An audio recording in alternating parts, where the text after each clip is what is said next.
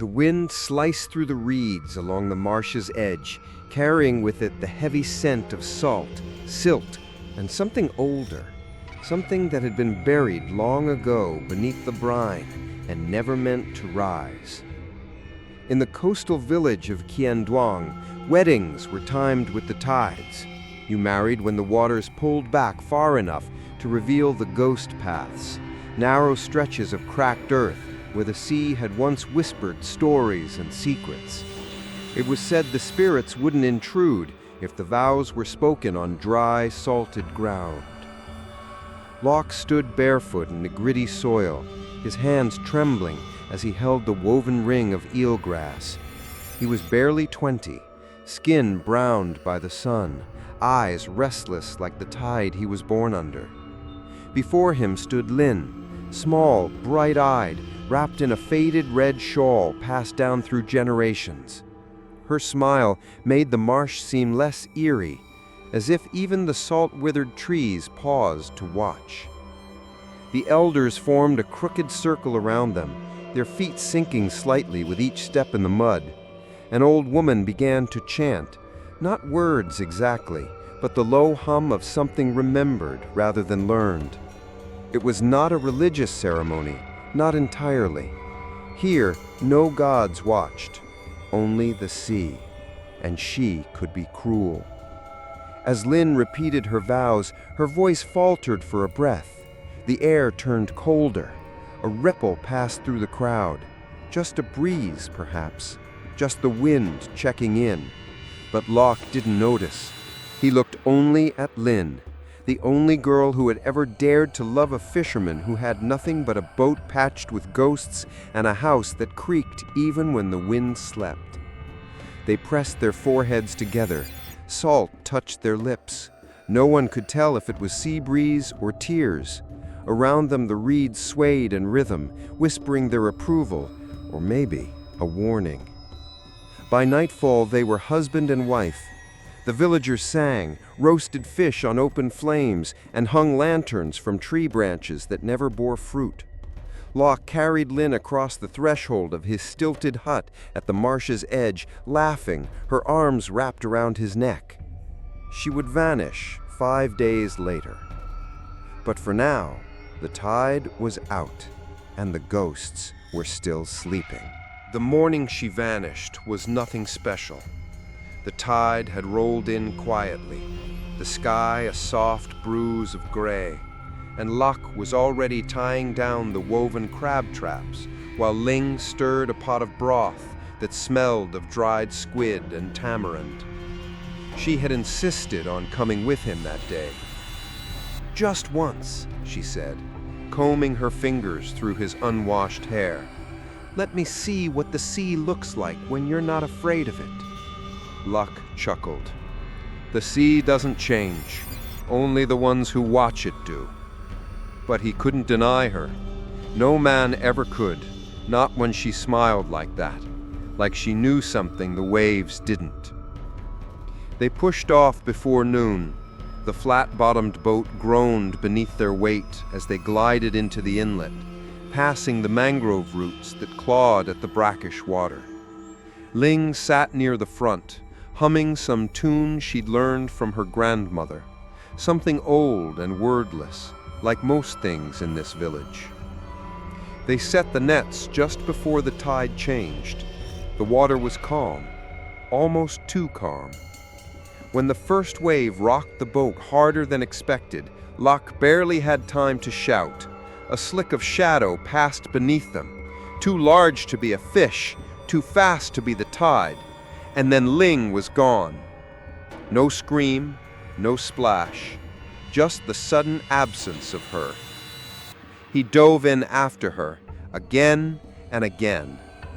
The marsh swallowed every cry, every gasp, until his arms shook from cold and salt, but there was nothing. Not a scrap of her shawl, not a ripple of her breath, just silence. By sunset, he was found drifting in the boat alone, clinging to the side as if it might offer a second chance. "She's gone," the elders whispered. "The sea has claimed her bride." and in Kiandyong, that meant something deeper than death. For generations, the villagers spoke of it only in hushed tones, of the women taken before they bore children, stolen by the sea to serve in the shadow world below. No bodies ever returned, no tombs were built. The sea was their grave, and their souls remained unsettled. But Ling had been different. She wasn't supposed to go. She had laughed, she had cooked, she had touched his face that morning like it was the first and not the last. Now the house felt colder without her voice. Locke sat at the edge of the bed, staring at the shawl she left hanging on the peg. He refused the funeral rite, refused the offerings of rice and incense, refused to call her dead, because he could still hear her humming, late at night, when the wind passed through the gaps in the walls and the sea pretended to sleep. They told him to burn her clothes. That's what tradition demanded. When the sea takes a wife before her womb bears fruit, her belongings must be salted and set alight before the next full moon, so her spirit won't cling to the fabric, or worse, come home in something else's skin. But Locke couldn't do it. Instead, he folded her shawl with trembling hands and placed it inside the chest they once shared, beside the wooden comb she used every night, beside the tiny bone charm she wore around her ankle. He wrapped them tight in linen, tied the knot with reed string, and whispered her name into the folds. He whispered her name everywhere now, into his palms, into the pot as he stirred rice, into the tide as it came and went like a pulse he could no longer feel. The villagers gave him space. Grief was respected here, especially the kind soaked in seawater. But they watched. The old women gossiped behind hollowed, beetle-stained teeth. The children dared one another to run past his stilted house and peek through the broken shutters. He became a ghost among the living, skin tightening like dried squid, voice rasping like cracked wood. He stopped fishing, stopped speaking, spent his days sitting on the warped dock, his feet dangling just above the water, eyes searching for something beneath the waves. Some nights they saw him wade waist-deep into the marsh during low tide, as if trying to reach something only he could see. Others said he heard him singing to the sea, soft and broken, like a lullaby being wept. Then the salt began to die. The village's salt beds, carefully raked and harvested for generations, turned strange. The crystals formed slower, their shape grew jagged, impure. Some piles refused to dry at all, staying wet and foul-smelling, like something alive had spoiled inside them. The elders blamed the weather, but the women blamed Locke. He won't release her, they muttered. He won't let her rest, and now the salt remembers. There's an old saying in Kiandyong: grief that won't speak will rot the tongue. Grief that speaks too much will rot the land. And Locke was speaking, always, whispering her name to the wind, to the fish bones, to the dark. One evening, as the sun bled red over the marsh and the tide crept in with a hunger none dared name, a lone figure passed the edge of the village, a bent woman with silver-threaded hair and mud-caked feet, humming a tune that had no words. The children stilled, the dogs fell silent, the elders closed their doors, for it was said the Salt Widow had returned, the one who knew how to speak with the dead, the one who made dolls from earth and salt, the one who once whispered a name into clay and watched it weep. And she was heading straight for Locke's door. She arrived at dusk. No one opened their door.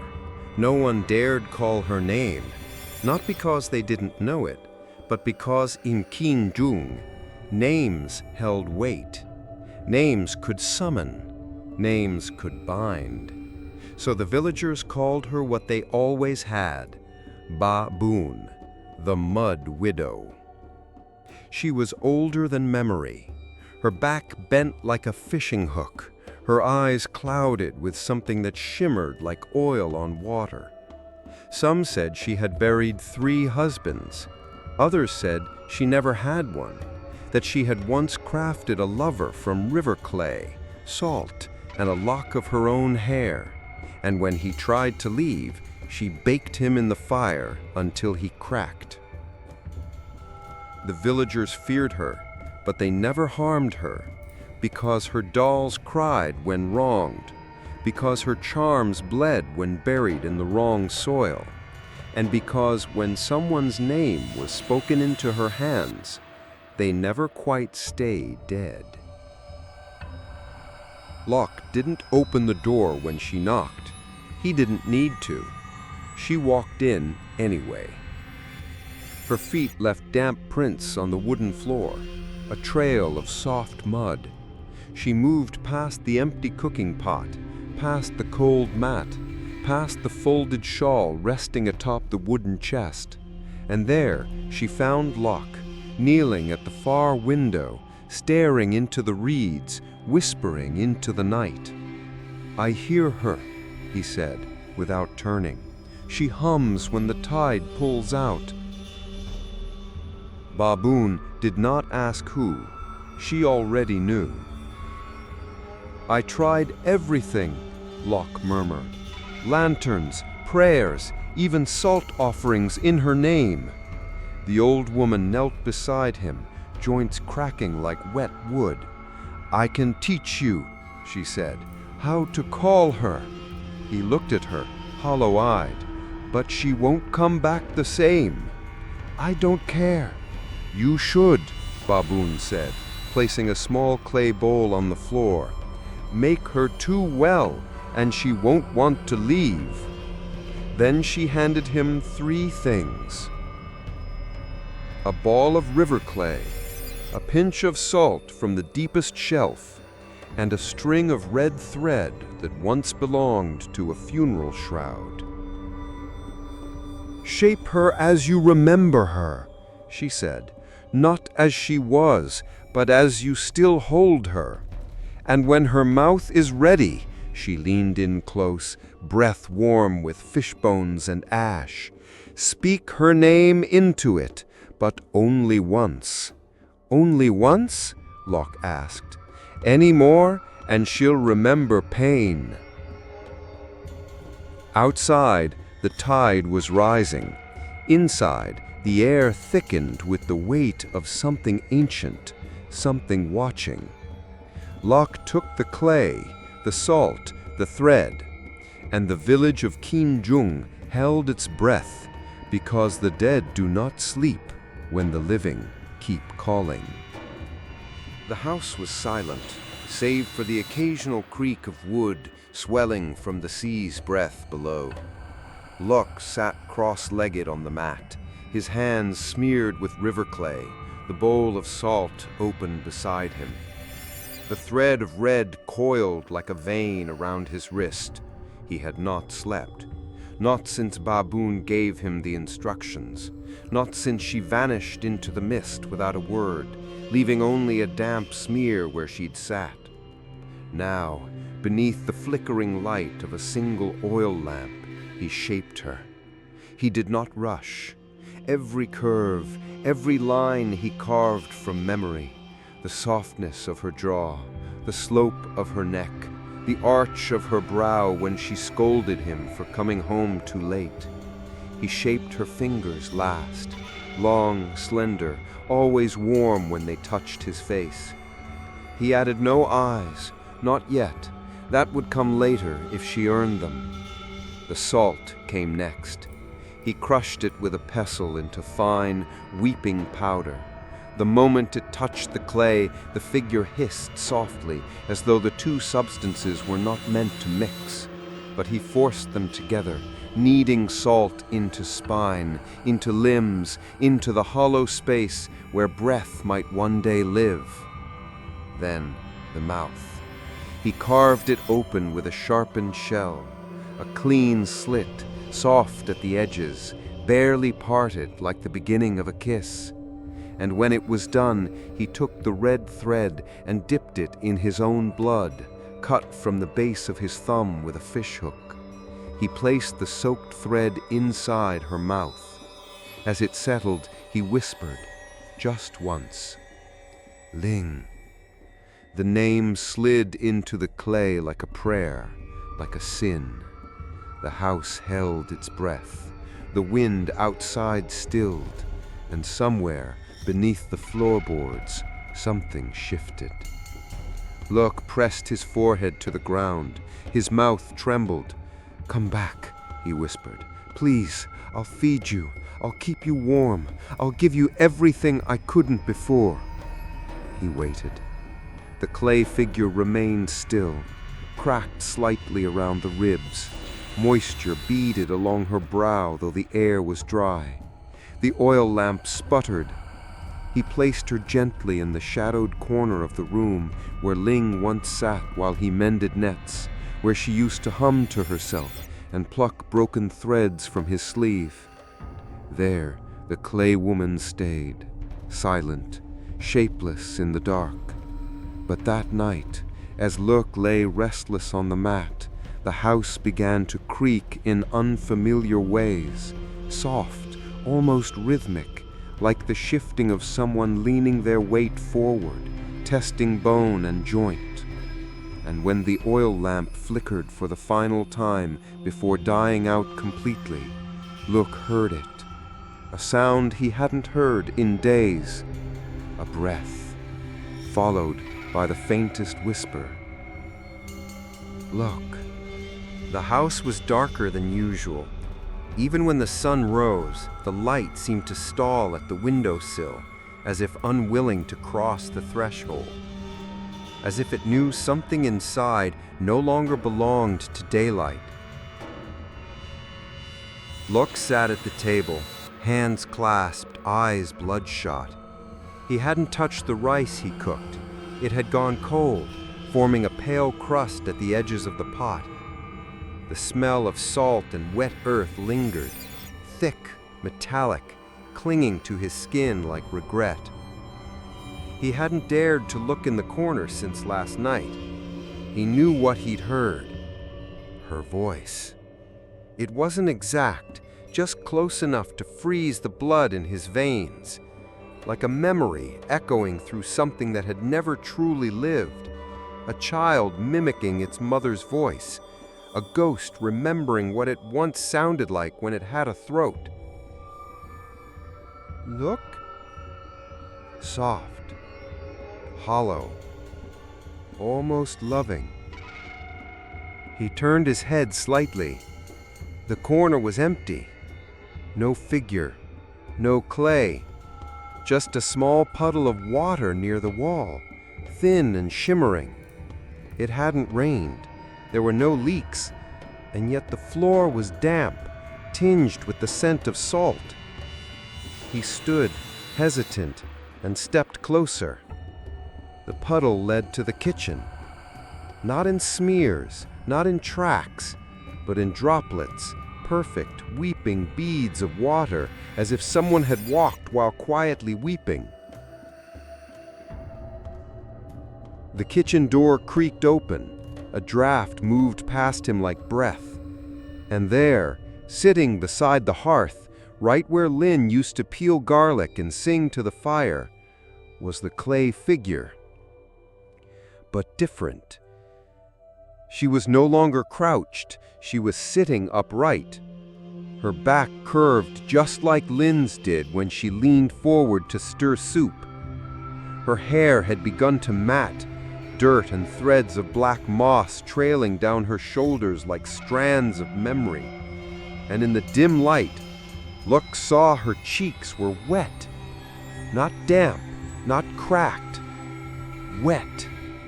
With tears. He staggered backward, knees weak. But something in him, something broken and aching, refused to run.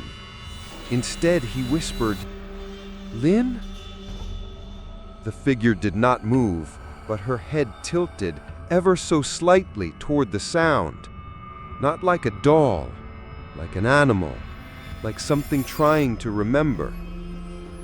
And then came the sound, a soft, strangled sob, one, then another.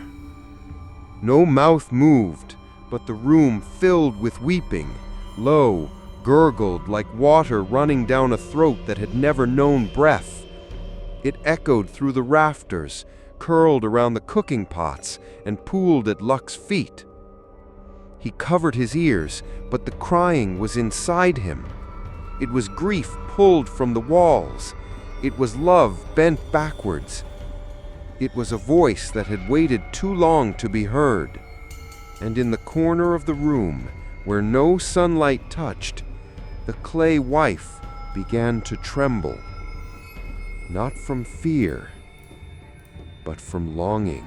The next day, Locke didn't leave the house, not to fetch water, not to answer the elder who called his name from the foot of the steps, not even when the children dared each other to knock and run. He sat by the window with his back to the kitchen, staring into the reeds swaying beyond the marsh. But the sound that haunted him wasn't out there. It was behind him, inside the wooden walls, inside the stillness of his own house. The sound of movement, not footsteps, not shifting furniture. It was the faint click of clay adjusting, slow and deliberate, like knuckles flexing for the first time, like bones remembering how to bend.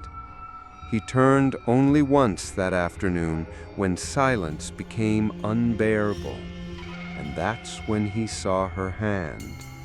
It rested on the floor beside the hearth, pale, streaked with salt crust, fingers stretched toward a fallen spoon. One finger had curled slightly around the wooden handle. It hadn't been shaped that way. He remembered distinctly he had molded them straight and stiff, sculpted with reverence, like resting hands in a shrine. But now the fingers were learning. Each day a new change. First the jaw had softened, cracks sealed themselves like scars healing from within. Then the spine, once hunched like wet clay, began to arch in a way Lynn used to when reaching for herbs on the high shelf. But it was the hands that unsettled him most, because they remembered touch. They gripped the rim of the cooking pot. They left fingerprints in the soot. One morning he woke to find a trail of smudged clay on his blanket, starting near his ankle and ending at his shoulder. That night he didn't sleep. He sat on the mat and watched her in the dark. Watched as the figure shifted ever so slightly when the wind howled through the window slats. The shadow that should have been still breathed. And then, as the moonlight sliced across the floor, her hand moved, gently, almost shyly. It reached forward and curled into a loose fist, as if remembering how to hold something small, something warm, something lost. A memory passed through him, Lynn's fingers brushing his jaw when he cried after his father's funeral. No words, just that quiet, steady pressure. Now the same shape lingered in front of him, clay and salt mimicking love. He crawled toward her, closer, closer still. His voice cracked. "Do you remember me?" The head tilted just a little, her fingers flexed. Then, slowly, dreamlike, she opened her palm toward him. He didn't take it. He couldn't. Because even though the hand reached with tenderness, It left no shadow on the floor. Luck stopped counting the changes. At first, they were subtle. A faint curve to the lips, a hollow beneath the collarbone. The clay no longer cracked in dry air. It stayed moist, supple, like skin. He no longer added water to keep her from breaking. She maintained herself. Each morning, her features sharpened. Each night, they grew more real. Her nose had reshaped, narrower now, just like Lynn's when she scrunched it while laughing. The cheekbones had risen, pulling light and shadow in familiar ways. Her lips, once stiff and formless, began to part ever so slightly, as if she was always about to whisper something, always on the edge of breath. And her eyes. He had never sculpted them. He couldn't. It felt too sacred, too intimate. He had left them blank, two smooth planes of soft clay, featureless, like prayer stones. But now they were changing too, indented, defined. And this morning, he swore, just before the sun broke through the slats, that he saw something glisten behind them. Moisture, depth, almost reflection. She never moved when he looked, but when his back was turned, things shifted. Utensils misplaced, his shirt folded, the water basin emptied before he could touch it. Once he found dried leaves tucked into the window crack, the same kind Lynn used to burn for their scent. And the humming. It started faint, like the wind catching a memory, but soon it became a melody, a lullaby, the one Lynn used to sing as she combed her hair in the firelight. Luck sat near the hearth that night, holding a bowl of rice he no longer tasted. The clay woman sat across the room, unmoving, silent. But her scent had changed. She no longer smelled of riverbank and damp soil. Now, it was smoke and dried herbs. A trace of the fermented fish oil Lynn used to smear behind her ears when she missed her mother's cooking. His hand trembled. He whispered, "Lynn, is it really you?" The fire crackled. A hush. Then, in a voice that did not come from her lips, but from within the clay, she answered, "You made me this way, didn't you?" The voice wasn't exactly Lynn's. It was too smooth, too perfect, like a memory trying too hard to stay alive. He nodded, breath caught in his throat. "I missed you," he choked. The figure tilted her head slightly, then smiled, soft, familiar, exactly like Lynn's the first night she teased him for burning the rice. He almost wept, but something inside him whispered, "Too perfect." That smile had no hesitation, no wrinkle, no trace of sorrow, only mimicry. And still, he wanted to believe. So he leaned forward, reaching for her hand again. This time, she reached back first. By the 9th day, love had turned to ritual. Luck no longer questioned her presence. The clay wife no longer stayed in the corner. She moved, slowly, gracefully through the house. Not walking, exactly. It was more like gliding. Always just past the corner of his eye. Always where Ling used to be. She sat beside him when he ate. She lay on the mat, still and soft when he pretended to sleep. And though her eyes remained hollow, her gaze was full, like she saw, just not with sight.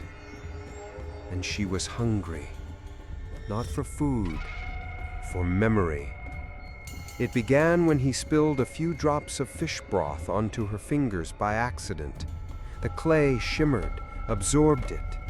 That night she whispered his name with more clarity. Her voice cracked like wet bone, and he felt something new in it. Need. So he fed her.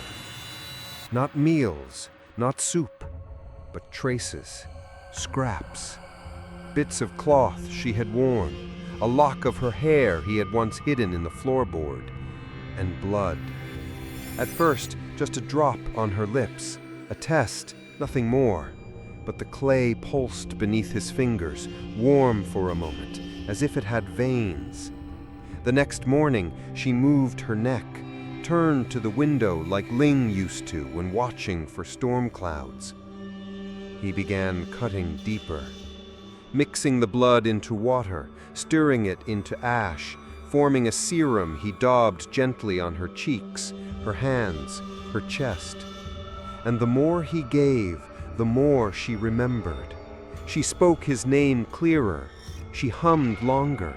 She asked questions. Do you still wear the scarf I gave you? Did my mother cry at the funeral?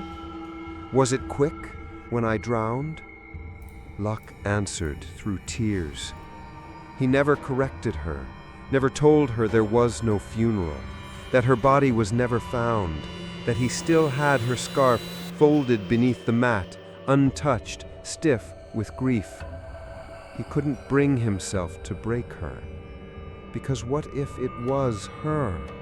What if love had defied death, and all she needed was more of him to be whole? But with every offering, the house grew colder, not physically, but spiritually. The air thickened, flies no longer entered, cats refused to cross the doorstep. The fish he caught came in dead, their eyes burst. Salt piles outside the village dried, brittle, cracking like bones left in sun. And still he fed her. One night, after smearing the mixture across her throat, he leaned in and whispered, "Tell me what you remember." The figure blinked, slowly. Then she said, "I remember drowning." A pause. "I remember the water filling my mouth like you filled my name into me." Then she leaned closer, her mouth almost touching his ear. "And I remember you letting me go."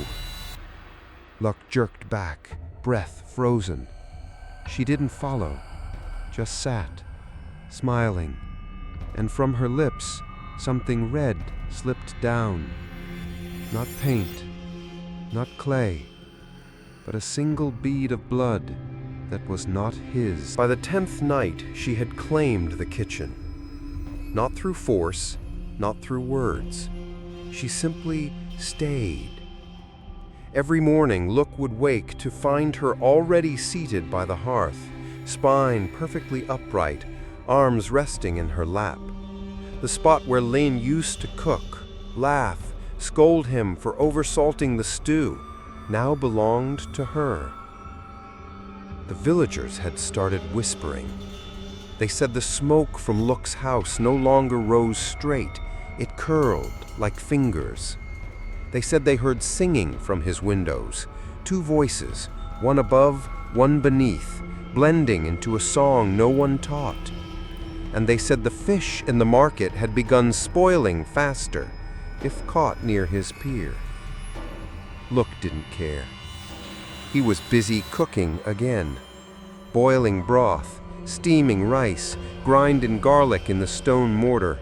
Not for himself, his appetite had long abandoned him, but for her. She never asked, never spoke of hunger, but the more he gave, the more she bloomed. Her color deepened, not just earthy, but tinged with pink, with bronze. Her lips darkened, her joints loosened, the clay no longer cracked. She stretched her arms sometimes, slowly, fluidly, as if remembering how a body should ache. She moved now, not just at night, in daylight too. Not walking, but flowing from one task to the next, touching things Lin once touched, holding the bowl just the way Lin did, tilting her head while he cooked, eyes following his hands like she'd done 100 times before. But there were differences. She never blinked. She never breathed. And her smile never faltered. Even when the fire died, even when he cried, even when he whispered, "I'm sorry," into the steam rising from her food, she just watched. One afternoon, he found her standing, not sitting, in front of the family altar. He had never seen her move so far from the hearth. The incense had burned to ash, but the clay woman held something in her hand, a charred photo of Lynn's family, taken when she was a child, smiling beside her mother at the salt beds. A memory no one else had, something Look didn't even know was there. She turned her head to him and asked, "Why didn't you ever tell me I had her eyes?" Look's blood froze. That photo had been hidden beneath the altar drawer for years. Only Lynn would have known it existed. He approached, trembling. "Is it you?" he asked. Her smile widened. "I'm everything you remember." Then she turned and walked back into the kitchen, hips swaying gently, shadow sliding beneath her like spilled ink. That night, the villagers heard a strange clattering of bowls and spoons. Someone peeked in through the cracks in the wall. What they saw turned their mouths dry. A woman, pale and perfect, was feeding Look from her hands. Her skin shimmered in the firelight. Her mouth moved, but her chest did not rise. And though her voice was sweet, her fingers left smudges of salt wherever they touched him. The next morning, the same villager who peeked in fell ill. Salt lesions bloomed on his lips, and no one ever looked through Look's window again. By the time the monsoon clouds began gathering over Kianyang, the villagers noticed that Luck was no longer alone. They didn't speak of the clay wife, not openly, but they watched his door carefully, listened to the strange rhythms inside his house, and prayed with heavier hands at the altar each morning. So when a new woman appeared beside him at the salt market, carrying his baskets and laughing softly beneath her conical hat, the village exhaled. "She's real," they murmured. "She's breathing. She casts a shadow." Her name was Mai, a widow from the neighboring marsh village of Treluk, where the salt was coarse and the air drier. She had moved to Kianyang for a fresh start after losing her husband to the fever. No children, no family, just quiet strength and calloused hands that knew how to gather salt without bruising it. She met Luck while selling dried anchovies. He hadn't spoken to anyone in months, but when he reached for a packet, their fingers brushed, and he didn't pull away. She smiled. He blinked. She asked if he lived alone. He said yes, which was a lie, but it was the kind of lie that grief makes reasonable. Within 2 weeks, she began visiting. Within 3, she stayed the night. Within 4, she moved in. She brought warmth, structure. She opened the windows, aired out the mat, lit new incense sticks that filled the home with lemongrass and bitter orange peel. The neighbors approved. The elder women nodded. Even the children stopped whispering when they passed his house. And yet, Mai was never allowed in the kitchen, not once. Luck insisted on cooking. He said it was habit. He said he enjoyed it. He said it was where he felt closest to the sea. She didn't press, but she noticed strange things. The floorboards were always damp, even when it hadn't rained. There was a faint smell of clay and salt that no cleaning could remove. And late at night, When Luck thought she was sleeping, he would stand beside the kitchen door and whisper, barely audible, "She's not you. You're not her. Please don't be angry." One night, Mai crept from bed and followed the sound of water dripping. The kitchen door was shut. No wind, no rain, but from behind the wood she heard breathing. Long, slow, not Luck's. Then a voice. Feminine, familiar. "She won't love you like I did." Mai froze. And then, without warning, the door creaked open. No one stood behind it, but on the floor was a bowl of fish stew, still warm, still steaming, with a single long black hair floating on top. Mai dropped the bowl. It shattered, broth spilling like blood across the floor. From the shadows behind the hearth, a shape shifted. Not fast, not loud, just enough for Mai to realize she was not the only woman living in this house, and one of them was made of salt. May woke with a sharp gasp, her fingers clutching at her throat. There were 3 of them, thin, red, parallel, like claw marks. She sat up, heart pounding, breath tight in her chest. The oil lamp beside the bed had gone out, but the room was thick with a scent that made her stomach turn. Damp earth and iron. Look stirred beside her. "What's wrong?" She couldn't speak at first. Her voice felt trapped behind something unseen. Then she whispered, "Did you touch me last night?" He frowned, sleep still clinging to his lashes. "No, why?" Her hands trembled. Something did. In the pale light of dawn, she examined herself again. The scratches weren't deep, but they burned.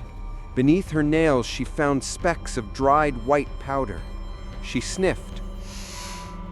Salt. Look didn't question her again. He only asked if she wanted porridge, then quietly disappeared into the kitchen, as he always did. The kitchen, the room she was never allowed to enter, the room that always seemed colder than the rest of the house. Later that afternoon, while Look went to check the crab traps, May stepped inside. The door creaked, dry, unused. A chill swept over her skin the moment her foot crossed the threshold. She expected pots, fish sauce, the familiar chaos of a coastal kitchen. What she found was wrong.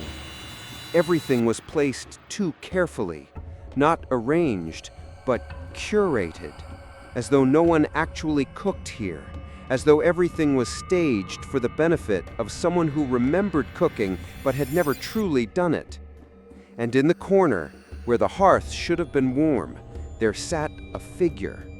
Not sitting exactly, resting, folded like forgotten cloth. She was made of clay, but too detailed. Fingers curled in gentle motion, lips parted slightly. Her chest did not rise, but the shadow beneath her neck flickered as if something pulsed inside. May gasped. The figure turned its head, slowly, smoothly, and smiled. "You're not her," the voice said, not aloud, but from the walls, the cracks, the floor. May stumbled back, nearly knocking over the pot of salted rice beside the mat. The figure didn't move again, but as May backed out of the room, she saw something etched into the wall above the doorway, faint, nearly faded, written in dried blood and salt. "Only one bride." That night, she confronted Look. "Who is she?" May demanded. He froze, chopsticks midair. May's hands trembled. "What did you bring into this house?" He couldn't answer, because deep inside, he no longer knew which woman he had invited and which one he had trapped. And later that night, as May finally drifted into uneasy sleep, Look sat beside the hearth again. The clay wife leaned her head against his shoulder and whispered, "She doesn't belong here. Do you want me to fix it?" The first footprint appeared by the bed. Bare, small, pressed deep into the wooden floor as if soaked through, though it hadn't rained in days. Mai saw it when she woke, just as the first light filtered through the torn reed curtain. At first she thought it was a stain, but when she leaned closer, the smell hit her. Salt, wet, sharp, tinged with something faintly sweet, like rot clinging to the edge of memory. She followed them. There were more, trailing across the room, down the hallway, through the living space. They were slow, methodical, each one placed with unnatural precision, not rushed, not panicked, curious. They led, of course, to the kitchen. The door was open, the hearth was dark, and the figure was gone. Mai's heart pounded as she stepped inside, barefoot like the thing that had walked before her. The floor was colder than it should have been. The air was heavier, as if the walls had drunk too much of someone's grief and didn't know how to hold it anymore. Then she heard it. Humming. Soft, off-key. A tune without lyrics. One she didn't know, but one that ached to be remembered. It was coming from the back corner of the room. She turned, and there she was. Not the same as before. No longer still, no longer slumped like a forgotten sculpture. She stood now, shoulders rising ever so slightly with each note, head tilted as if listening to something Mai couldn't hear. Her skin had changed, less clay, more flesh. Pale, translucent in places, threaded with thin red lines like veins drawn in salt water. And her mouth was moving, not singing, mimicking, like a puppet trying to become a girl. Mai stepped back, her heel landing on one of the dried footprints. It cracked. The figure turned, eyes, still hollow, locked onto hers. The humming stopped, a silence thick enough to drown in. Then came the voice. "You walk through this house like it belongs to you." Mai's lips parted, but no words came. The figure took one step forward. No sound. Another. The air around her grew colder. And then, "But he only whispered one name, and it wasn't yours." Mai ran. She didn't scream, she didn't think, she ran.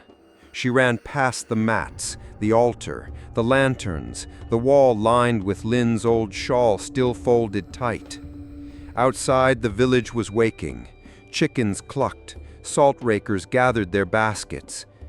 But when they saw Mai, barefoot, pale, eyes wide with terror, they fell silent. One old woman asked, "What did you see?" Mai couldn't answer.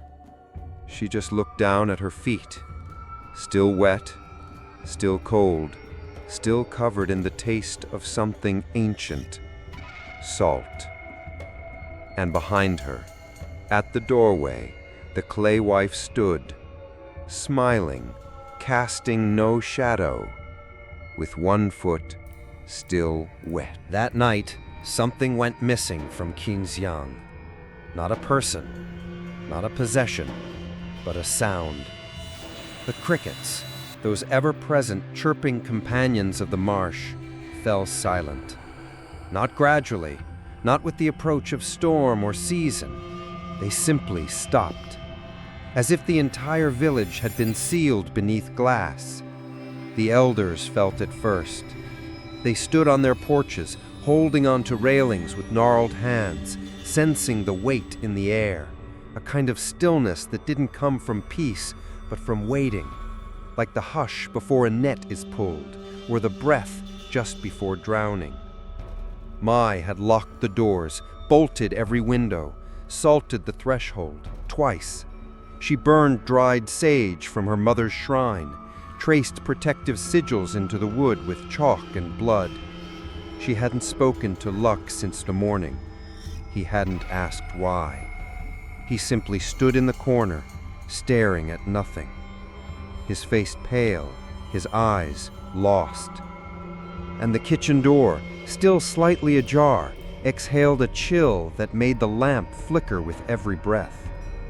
Mai sat with her knees pulled to her chest, knife clutched tight in her palm. Something told her the silence was for her. And then she heard it. Not footsteps, not breathing, but dragging.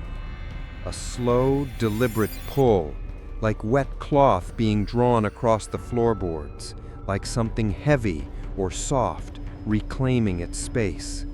It came from the kitchen. Then the door creaked open. No force, just invitation. Mai stood, trembling. And then Luck spoke, quiet, hollow. She's never been angry before. Mai turned. She? He didn't blink. She never hurt anyone. She just wanted to stay. Mai's voice cracked. She isn't Ling! I know! Then what is she? Luck's eyes finally met hers, and for the first time there was terror in them. She's what I made. Then, from behind the kitchen door, came the sound of something laughing. Not loud, but wrong.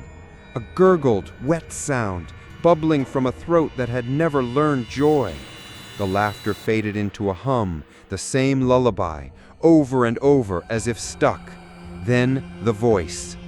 I loved you first.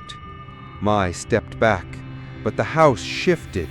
Walls moaned, wood twisted, and from the shadows the clay wife emerged. Only she wasn't clay anymore. Her body shimmered faintly like skin soaked in oil and salt. Her hair hung long, slick and black, writhing slightly like seaweed in shallow tide. Her eyes, no longer hollow, were pitch and endless.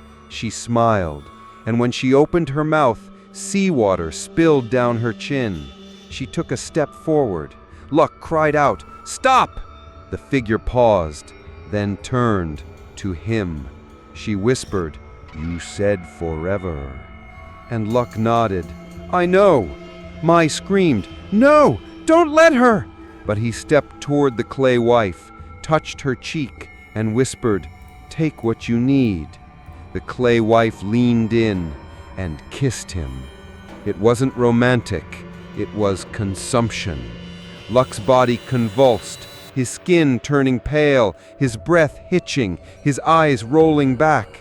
He collapsed into her arms like a marionette with its strings cut.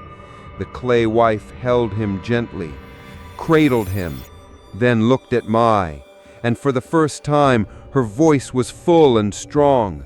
"There's only ever room for one." Mai ran. Outside, the villagers opened their doors, startled by her scream, but they were too late, because by the time anyone reached the house, it was empty. No sign of Luck, no trace of Mai, just a damp floor, and a hearth still warm, and the faint sound of humming echoing from the salt beds beyond the marsh. They waited 3 days before stepping inside. Not because of fear, because of respect. In Qinyuyang, when a house goes silent, truly silent, people leave it alone, let it breathe, let it settle, let whatever passed through finish its work. But by the 4th day, the village elders gathered. 6 men, 2 women, and 1 mute boy who could smell spirits in the walls. They entered Luck's house just as the morning mist peeled back from the reeds. Not one of them spoke, not even when they saw the signs. The overturned rice bowls, the ashes in the corners still wet with seawater, the cracked floorboards warped as if something heavy had pressed upward from beneath. But the most disturbing thing was the ritual circle drawn at the center of the room. Salt, clay, blood, thread. But not the original kind, not the kind Baboon had taught Locke in his grief. This was a reversal, a tearing apart, a pulling backward of the same threads that had once bound a soul to form. The mute boy trembled. He pointed at the floor, and the others saw it. A faint outline of a body, not where it had been summoned, but where it had left, as if someone had stepped out of the world, or peeled away from it. At the hearth they found remnants, a clay bowl, broken. Inside it, a lock of black hair, not dry, still wet, still warm. And on the far wall, written not in paint nor soot, but in the thick, granular drag of salt, were 5 words. I gave her too much. They never found Locke. They never found Mai. But a week later, Baboon returned to the village. Her eyes looked cloudier, her mouth more twisted. She walked through the streets with her cane, then sat outside Locke's house as if waiting for something. When the children asked her why she'd come back, she said, "Because he broke the old rule." "What rule?" they asked. She smiled without teeth. "Never give the dead what they want, only what they need." "But what did she want?" one child asked. The old woman looked toward the kitchen door, still ajar, and answered softly, "To stay." Then she pulled from her satchel a new lump of river clay, pale, damp. She cradled it like a child and whispered, "Let's try again." That night, the crickets did not return, nor the fish, nor the laughter, only the humming, soft, slow, and coming from many houses, not just one. A month after Locke disappeared, the dead stopped staying dead. It began with a funeral. A young man drowned at sea, his body never recovered, until now. But instead of surfacing bloated and torn by fish, he floated back whole, his skin pale but unbroken, his eyes open, unblinking, still tasting of salt. Then another, and another. The sea, once a place of offering and return, refused to keep what was given. Fishermen found their ancestors drifting near the marsh reeds, bones knit together, faces fixed in longing or sorrow. One corpse still clutched a rusted hairpin. Another had salt leaking from its mouth, not water. The villagers panicked. They burned boats, closed the salt beds, hung charms in the doorways, and stuffed dried eel bone into their pillows. But none of it worked, because this wasn't possession, this wasn't haunting, this was rejection. The sea had changed its mind. Baboon knew why. She sat beneath the mangrove trees, carving small dolls from driftwood, her blind eyes watching things others couldn't see. When a woman approached her, weeping over the bloated body of her brother washed ashore, the old widow simply asked, "Did he ever whisper a name into something that could remember?" The woman said nothing. Baboon nodded. The sea listens, but it doesn't forget being replaced. That night, the village held an emergency gathering. The temple keeper begged the elders for a cleansing ritual, one that would appease the sea. But as they prepared the altar, laid out the dried fish, the salted rice, the lotus ash. Something rose from the water. Not a wave, not a body, but a figure. Pale as bone, hair trailing behind like black ropes soaked in brine. She walked onto the salt beds barefoot, leaving puddles in her path. No one dared move. Her face was not exactly human.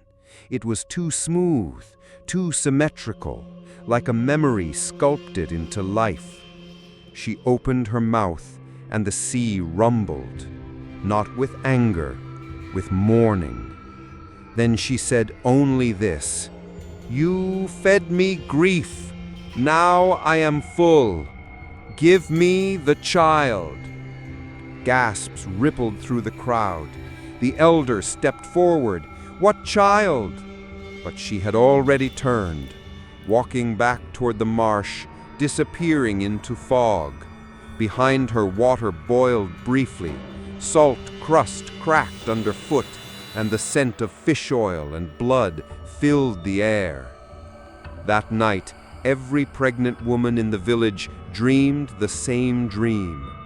A house with no windows, a crib filled with seawater, and a clay woman standing at the edge, whispering lullabies through a mouth that never closed. They thought she was gone. After the night she walked across the salt beds and demanded a child, the villagers hoped, prayed that she had vanished back into the sea, back into whatever grief-shaped darkness had birthed her.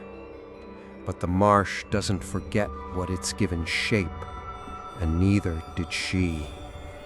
Because one morning, just as the mist began to recede and the fishermen crept toward the pier, they saw her again, standing at the edge of Loch's crumbling house, pregnant.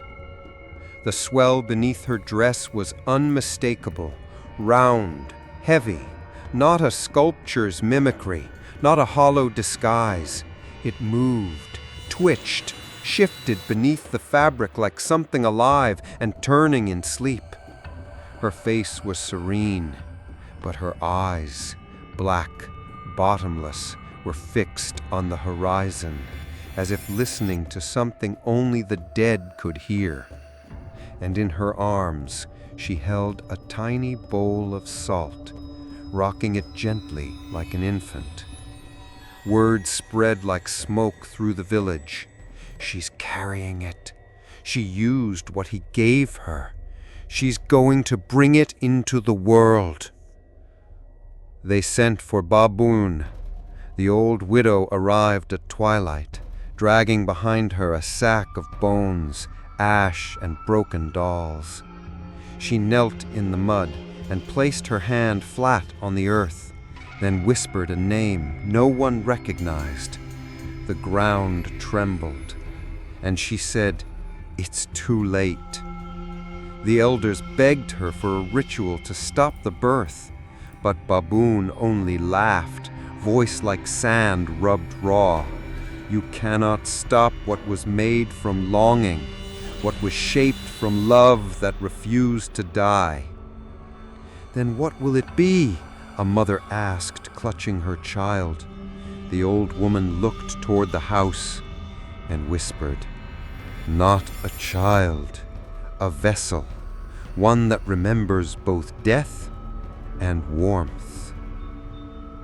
That night, no one slept. The village roosters crowed too early. The mangroves moaned like women in mourning, and the sea pulled farther from shore than it ever had, as if making room. Inside the house, the salt wife stood before the hearth.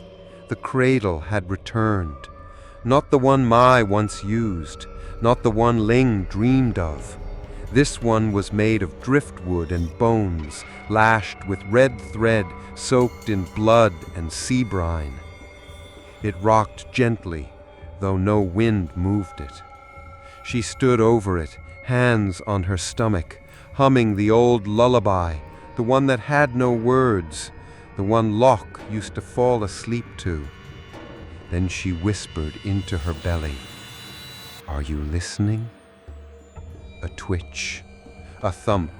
The clay around her ribs cracked slightly, not in pain, but to make room. And from within her, something answered, not in words, not in sound, but in heat, as if something ancient had curled itself around her spine and decided it was ready to be born.